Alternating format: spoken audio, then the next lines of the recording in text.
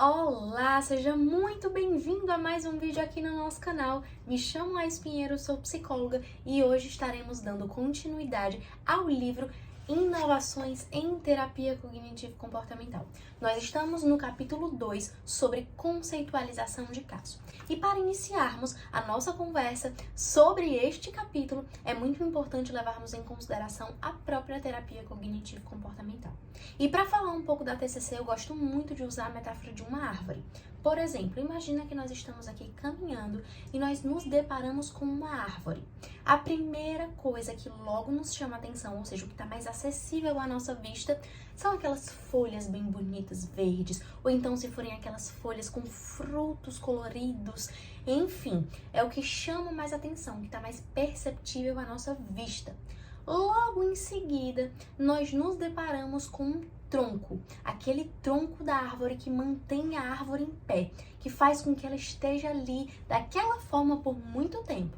E depois, só assim, se a gente for cavar um pouquinho aquela árvore, nós nos deparamos com as raízes da árvore, que são extremamente importantes e fazem com que aquela árvore seja da forma que ela é, apesar de ser um pouco mais difícil de entrar em contato, tá? Então, quando a gente fala sobre a nossa vida segundo a terapia cognitivo-comportamental, acontece praticamente a mesma coisa. Nós temos conteúdos mais acessíveis que logo chamam a atenção, que a gente consegue perceber logo, que seriam as folhinhas da árvore da nossa vida. O que é que são, então, as folhinhas da árvore da nossa vida? Os pensamentos, as nossas emoções, os nossos comportamentos, são pontos em que logo a gente consegue perceber, por exemplo, como a gente pensa em determinada situação, como a gente se sente frente a uma determinada situação, como a gente se comporta, ou seja, são pontos mais acessíveis às nossas vistas. Só que existe algo que tem mantido os nossos pensamentos, as nossas emoções, os nossos comportamentos, ou seja, tem mantido como a gente é hoje, que tá ali desde o nosso primeiro dia de vida até o dia atual. O que são isso? As nossas crenças intermediárias. E olhando um pouquinho para a metáfora da árvore, nós podemos relacionar as nossas crenças intermediárias com realmente o tronco daquela árvore, o que tem mantido aquela árvore em pé. Imagina só, desde o nosso primeiro dia de vida até o dia atual, nós vamos aprendendo como nós devemos agir no mundo. Muitas vezes a gente nem questiona muito as nossas atitudes, a gente só pensa assim, nossa, dessa forma aqui dá certo, então eu vou continuar seguindo assim. E aí a gente vai muito no automático, isso acaba ali fortalecendo os nossos pensamentos, as nossas emoções, os nossos comportamentos, enfim. E normalmente quando a gente fala de crença intermediária, é exatamente aquilo que tem mantido, ou seja, as nossas regras, que muitas vezes não são muito questionadas por nós.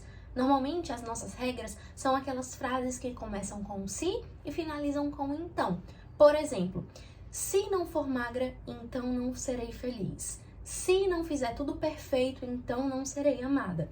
Por exemplo, são frases como regras que estão ali, ó, como se fossem quase sentenças. E o que acontece quando a gente tem uma regra muito fixa na nossa mente? Imagina se eu trazendo esse exemplo que eu falei pra vocês, que eu falo ali esse ponto de, puxa, se não fizer tudo perfeito, então não serei amada.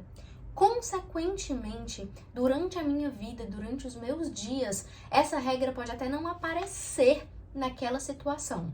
Porém, os pensamentos automáticos que vêm em consequência a essa regra aparecem. Por exemplo, se eu tenho essa regra de se eu não fizer tudo perfeito, então não serei amada, no momento em que eu tiver, por exemplo, não fazendo uma atividade que eu precisaria fazer naquele momento, eu vou me cobrar muito mais para fazer aquela atividade, ou eu vou acabar extrapolando os meus limites para ir além do que eu consigo naquele momento, porque eu preciso dar o meu melhor e fazer perfeito. Por quê? Porque não serei amada.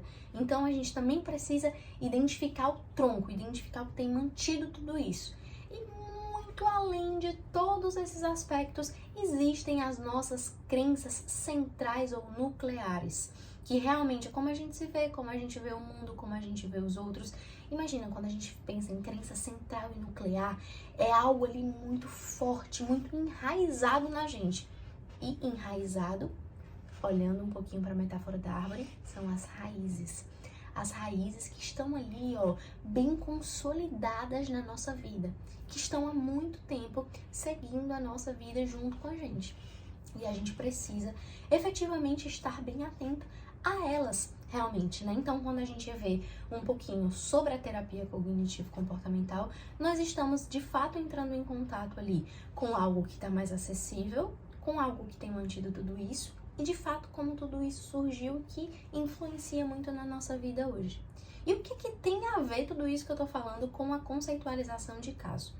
Quando a gente fala sobre conceitualização de caso, nós estamos pensando em um planejamento, em uma conceitualização de como nós vamos trabalhar com o nosso paciente. Porque ele vai ali chegar na tua clínica, vai chegar no teu consultório, mostrando um ponto ali da vida dele que ele não está se sentindo confortável. É algo que ele quer melhorar na vida dele, algo que ele precisa ter uma melhor qualidade de vida e um maior bem-estar naquele momento.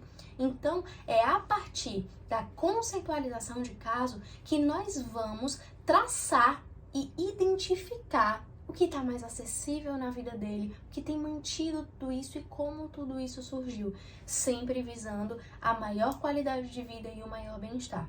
Um dia desses me perguntaram ali lá no Instagram, na caixinha de perguntas, como que a gente sabe o melhor tratamento a ser seguido para cada paciente. E é através da formulação de caso, da conceitualização de caso, que a gente vai saber o melhor tratamento para tal paciente. Tá? Então, nesse capítulo a gente vai entender um pouquinho mais sobre a conceitualização de caso. Então, vem comigo e vamos juntos para essa aventura.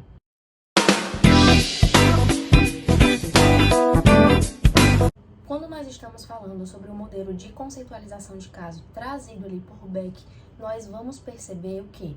Que frente a cada situação vivida, existe um pensamento sobre aquela situação, ou seja, nós vamos interpretar aquela situação de alguma forma, teremos muitas emoções e comportamentos também, além das reações físicas e o estado relacionado ao humor.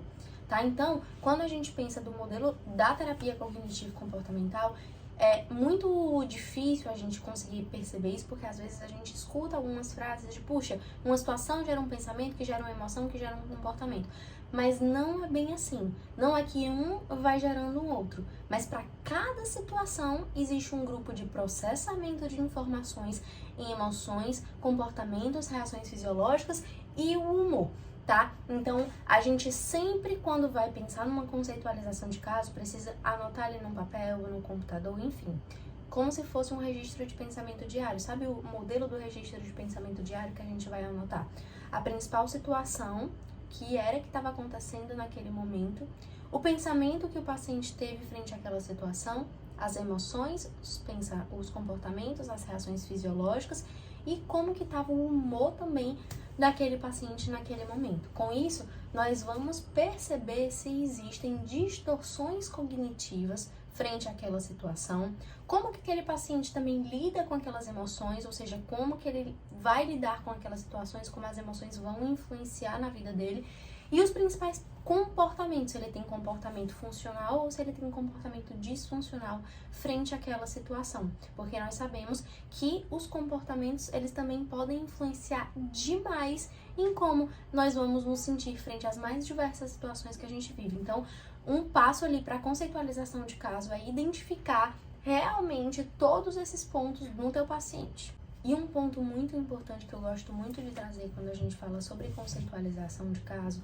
é que a gente precisa identificar muito as nossas crenças centrais e nucleares. Quando a gente fala sobre crenças, principalmente com pacientes que estão ali no processo de algum transtorno psicológico, algum transtorno mental, existem 3 principais crenças que são muito atingidas: a crença de desamor, desvalor e desamparo. Desamor é quando aquele paciente ele não se sente capaz de ser amado. Ele sente como se ele não merecesse todo o amor. Desvalor é quando isso diz respeito ao valor dele, quando ele não se acha assim capaz de ser valorizado, que o valor dele ele entra em questionamento nesse sentido. E o desamparo é muito relacionado ali àquela crença de desamparo, de puxa, serei abandonado, enfim. Então, a gente precisa identificar essas 3 principais crenças e a conceitualização vai te ajudar muito nisso. Porque as crenças, elas estão lá embaixo. porém, elas aparecem também em formato de pensamento automático e de regra, tá? Então, a gente precisa fazer uma conceitualização que consiga perceber logo o que tá ali em cima do nível de processamento mais fácil de acesso, que é o pensamento automático, e a partir dessa conceitualização mais básica de pensamento, emoção, comportamento frente à situação, a gente vai chegando às regras e também às nossas grandes crenças centrais. Então, por isso é importante que na conceitualização de caso a gente foque muito no objetivo da terapia. Porque é a partir desse aspecto e a partir do que o teu paciente tem trazido também, que a gente vai elaborar as técnicas, que a gente vai elaborar as intervenções, porque às vezes a gente olha muito tipo, eu preciso saber aplicar tal técnica, eu preciso saber aplicar tal intervenção. Mas muito mais importante do que saber aplicar uma técnica é fazer uma boa conceitualização de caso, porque é a partir dela que a gente vai utilizar técnicas específicas e realmente ali até a nossa fala vai ser voltada para atingir aquele objetivo específico. Então, uma técnica, ela para ser boa mesmo, ela tem que ser uma técnica para solucionar aquele objetivo que eu tenho. Então, a gente precisa saber alinhar as técnicas para o propósito que vai ser feito ali para aquela técnica. Então, muito além de saber aplicar uma técnica, saber fazer uma boa conceitualização cognitiva, que de fato as técnicas elas vão ser ali algo que vão te ajudar muito a atingir o teu objetivo a partir da conceitualização cognitiva. Combinado? E aí, gente, é muito importante também lembrarmos que existem algumas abordagens inovadoras para a conceitualização de caso. Uma delas é de Jacqueline Pearson, que ela traz o nome, além de conceitualização, ela fala de formulação de caso. Então, eu vou falar um pouco mais sobre formulação de caso, que é o termo que ela utiliza, tá? Então, ela fala que existem alguns domínios nos quais nós precisamos nos atentar para fazer uma boa formulação de caso, que é o problema em específico, o que traz aquele paciente até a terapia, o que está causando ali aquele problema em si, os sintomas que ele tem apresentado, os sintomas também psicológicos, né? Quais os aspectos psicológicos que ele tem apresentado frente a isso, origem do transtorno mental, tá? Fatores precipitantes do transtorno mental e fatores ambientais que podem estar influenciando ali na qualidade de vida e no bem-estar do paciente. Então, esses pontos a gente também deve levar em consideração para formular um caso de uma forma fidedigna e nós ajudarmos realmente aquele paciente a lidar com uma situação que ele tem trazido como problema pra gente. E aí, gente, quando a gente fala também sobre conceitualização de caso, existe uma outra abordagem inovadora que diz que realmente terapeuta e paciente trabalham juntos ali, buscando explicações e inferências para determinadas situações vividas pelo paciente, em base com 3 níveis: nível descritivo, transversal e longitudinal. Quando a gente fala sobre o nível descritivo, é bem similar ali ao básico da terapia cognitivo-comportamental. Juntos, terapeuta e paciente irão trabalhar os aspectos relacionados ao comportamento, aos pensamentos, ao humor, realmente, a reações fisiológicas. E o terapeuta vai ali, junto ao paciente, explicar para ele realmente como que isso pode estar interrelacionado, tá? Então, esse modelo descritivo é muito importante e deve ser levado em consideração em todo o processo de terapia. E se você quiser incluir realmente na tua conceitualização, faz muita diferença. Já quando nós falamos do modelo transversal, nós estamos falando de terapeuta em conjunto ao paciente identificar os fatores precipitantes e mantenedores do processo do transtorno mental, tá? Então, imagine só que você tá com uma crise de ansiedade regular.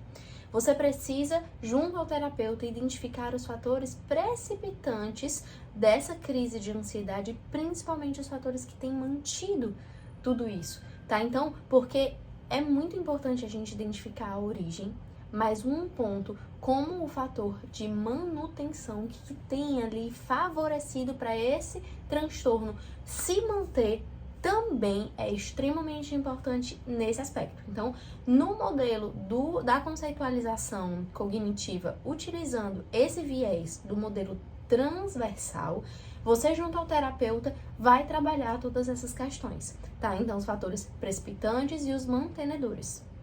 Quando a gente fala sobre o aspecto longitudinal, nós estamos trabalhando com o nosso paciente fatores daquele transtorno mental de ter surgido e aspectos que podem potencializar o surgimento do transtorno em si. Tá? Então, muito além do que a origem, a gente também vai trabalhar com aquele paciente possíveis gatilhos. Apesar de eu não gostar dessa palavra gatilho, é como se fossem possíveis situações que desencadearem aquele transtorno mental. Tá? Então, a gente vai trabalhar com tudo isso e pensar muito com os nossos pacientes em estratégias de enfrentamento para com que ele consiga lidar de uma forma positiva com essa situação. Porque quando a gente fala de estratégia de enfrentamento, é a forma que nós temos de lidar com aquela situação, seja ela positiva ou negativa, é uma estratégia de enfrentamento. Então, a gente vai identificar se as estratégias que ele está utilizando na vida estão de fato sendo positivas, estão ajudando a ele a lidar com aquela situação, ou as estratégias que ele tem usado são estratégias que não estão ajudando, muito pelo contrário, estão potencializando e reforçando ali aquele sintoma. Então, a gente vai trabalhar com estratégias funcionais, desenvolvimento dessas estratégias com o paciente e muito também de identificar o que está por trás de todos esses quadros.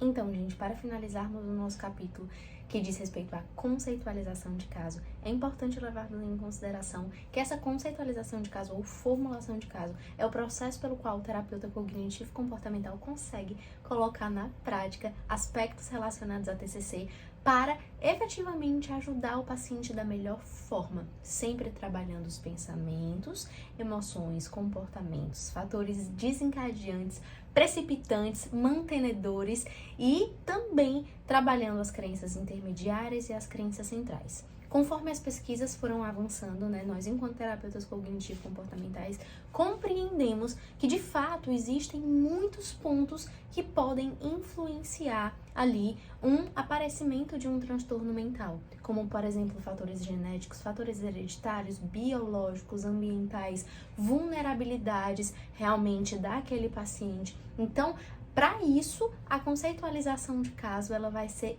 extremamente importante para a gente efetivamente dar o melhor tratamento para aquele paciente.